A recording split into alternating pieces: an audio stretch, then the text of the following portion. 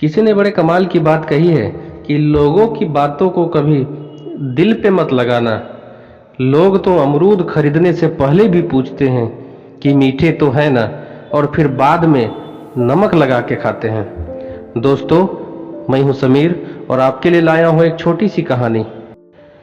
ये कहानी है एक सेठ जी की जो हीरे के व्यापारी हैं और जो दिल्ली से मुंबई हीरे का व्यापार करते हैं। एक दिन सेठ जी बहुत से हीरे दिल्ली से मुंबई ले जा रहे थे। उन हीरों की कीमत करोड़ों में थी। इन हीरों को सेठ जी ने एक पोटली में बांधकर अपने पास रख लिया था। सेठ जी जैसे ही दिल्ली से मुंबई जाने वाली ट्रेन में चढ़े, एक चोर भी उनके साथ ट्रेन में चढ़ गया। इस चोर को यह पता चल गया था कि आज सेठ जी करोड़ों के हीरे मुंबई लेके जा रहे हैं। दिल्ली से मुंबई जाने में 2 रातों का समय लगना था।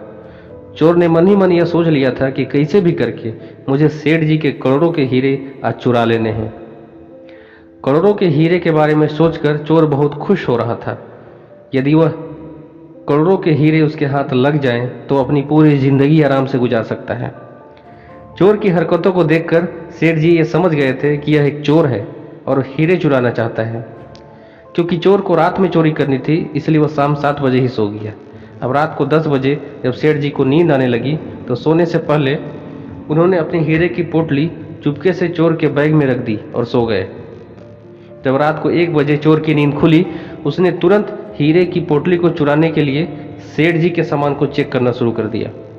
लेकिन लाख कोशिशों के बाद भी उसे वहां कोई भी हीरा नहीं मिला। अब चोर सेठ जी के कपड़ों में हीरे खोजने लगा, उसे भी वहां कोई हीरा नहीं मिला। चोर ने सेठ जी के आसपास सभी जगहों पर हीरो को खोजा, लेकिन बहुत मेहनत करने के बाद भी उसे हीरो से भरी पोटली नहीं मिली। अब सुबह के 5 बज गए थे। चोर बहुत थक गया था। उसने सोचा कुछ देर सो जाऊं ताकि थकान उतर सके। चोर सो गया और उसके सोते ही कुछ देर में सेठ जी उठे और चोर के बैग से अपनी पोटली निकाली और आराम से ट्रेन की यात्रा का आनंद लेने लगे। चोर उठने के बाद दिन भर यही सोचता रहा कि आखिर सेठ जी ने हीरो की पोटली को छुपाया कहाँ था। कुछ देर सोचने के बाद चोर ने दूसरी रात को हीरो की चोरी करने का प्लान बनाया। दूसरी रात भी चोर पहले की तरह जल्दी सो गया। रात को सोने से पहले सेठ जी ने हीरे की पोटली को फिर से चोर के बैग में रख दिया और सो गए। रात को जब चोर उठा, उसने सेठ जी के एक एक सामान को बड़ी बारीकी से चेक किया। सभी आसपास की जगहों पर उसने हीरो को खोजा, लेकिन बहुत कोशिश के बाद भी उसे वह हीरो को नहीं खोज पाया। थकने के कारण चोर फिर कुछ देर के लिए सो गया। कुछ देर बाद जब सेठ जी उठे तो उन्होंने चोर के बैग से हीरो की पोटली निकाली और अपने बैग में रख ली। कुछ समय बाद चोर भी उठ गया। अब चोर बहुत परेशान था कि आखिर हीरो की पोटली सेठ जी ने कहाँ रखी है। वह यह सोचकर परेशान हो रहा था, तभी मुंबई आ गया और सेठ जी स्टेशन पर उतर गए। चोर भी उनके साथ उतर गया। चोर बहुत हैरान था कि पोटली मुझे मिली क्यों नहीं।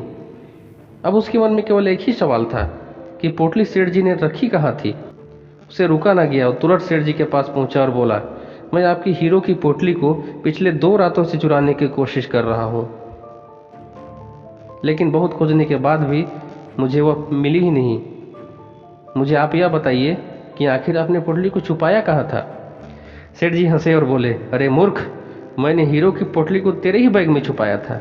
जिस समय तू उसे खोज रहा था वो तेरे ही पास थी। तू जिन हीरो को बाहर खोजता रहा वो असल में तेरे ही पास थे। तू उस समय खुद को कंगाल और चोर समझ रहा था, असल में उस समय तू करोड़पति था, करोड़पति।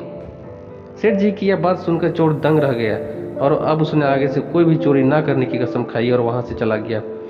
दोस्तों, यह सेठ जी और चोर की एक छोटी सी कहानी हमें जिंदगी में बड़ी बात सिखाती है कि हम सब भी उस चोर की तरह ही हैं। हम सभी जीवन में खुशियां चाहते हैं और उसे बाहर खोजते रहते हैं। कभी किसी वस्तु में अपनी खुशियां खोजते हैं तो कभी किसी व्यक्ति में अपनी खुशियां खोजते हैं। पता नहीं किस चीज में और किन किन लोगों में हम अपनी खुशियां जीवन भर खोजते रहते हैं, लेकिन असली खुशी आखिर मिल ही नहीं पाती। कभी मिलती भी है तो टिक नहीं पाती, क्योंकि हम इस बात से अनजान हैं कि असली खुशी कहीं बाहर नहीं बल्कि खुद के अंदर छुपी होती है। हमेशा खुश रहिए, हंसते रहिए, मुस्कुराते रहिए। मिलता हूँ अगली वीडियो में एक नई कहानी के साथ। तब तक के लिए जय हिंद, जय भारत।